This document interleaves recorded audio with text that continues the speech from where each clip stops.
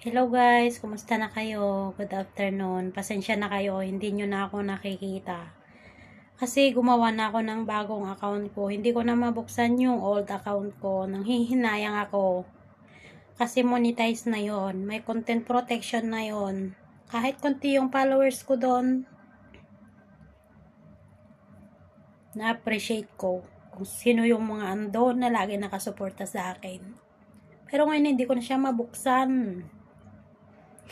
Hindi ko naman iniisip na nahack yun. Kasi nga, hawak yun ng Meta Verified. Siya yung nag-lock doon. Kaya lang, hindi ko lang alam kung anong proseso yung gagawin ko para mabuksan ko yung dati kong account.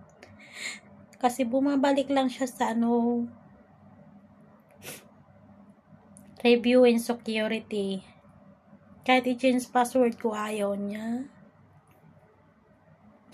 Ang hinihintay ko na lang kasi 1 month yun.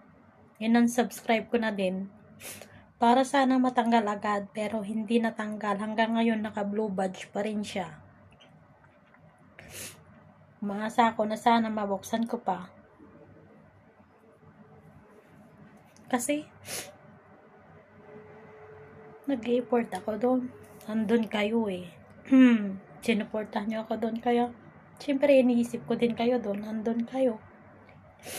Nag-aabang kayo ng update about doon, pero hindi nyo na ako makita.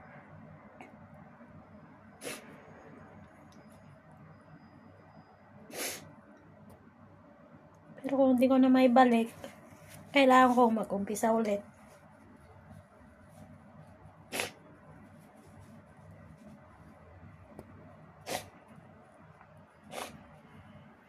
.3 na yung followers ko doon. Na-monetize ako.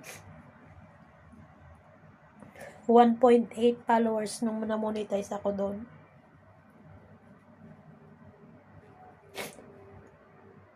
Dahil sa Meta Verified. Ngalak siya. Hindi yun na-hack. Kasi naka-blue badge, hindi yun basta mapapasok ng kung sino. Ang problema ko, hindi ko alam kung paano buksan. Hindi ko alam kung anong gagawin ko.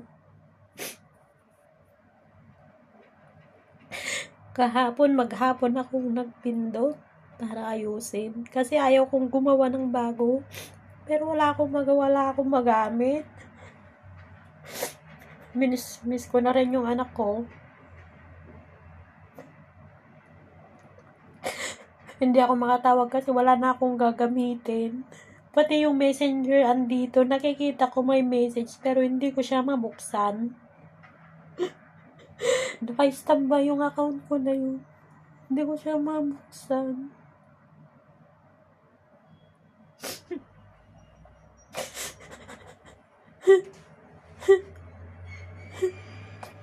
Hinayang ako dun pag hindi ko na yun mabuksan. Sana lang may makatulong sa akin kung ano yung gagawin ko.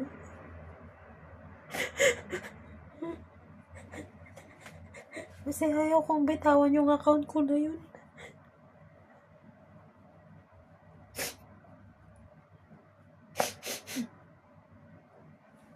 Doon ako.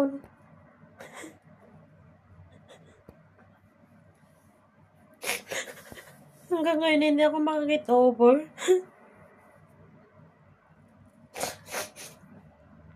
Kahit nagtatrabaho ako, iniisip ko yung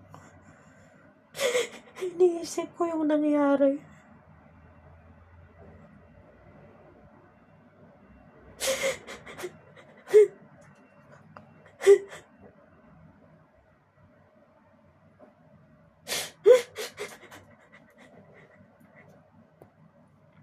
Hihintayin kong mawala yung blue patch na yun. Kung mabubuksan ko pa siya ulit, try kong bubuksan.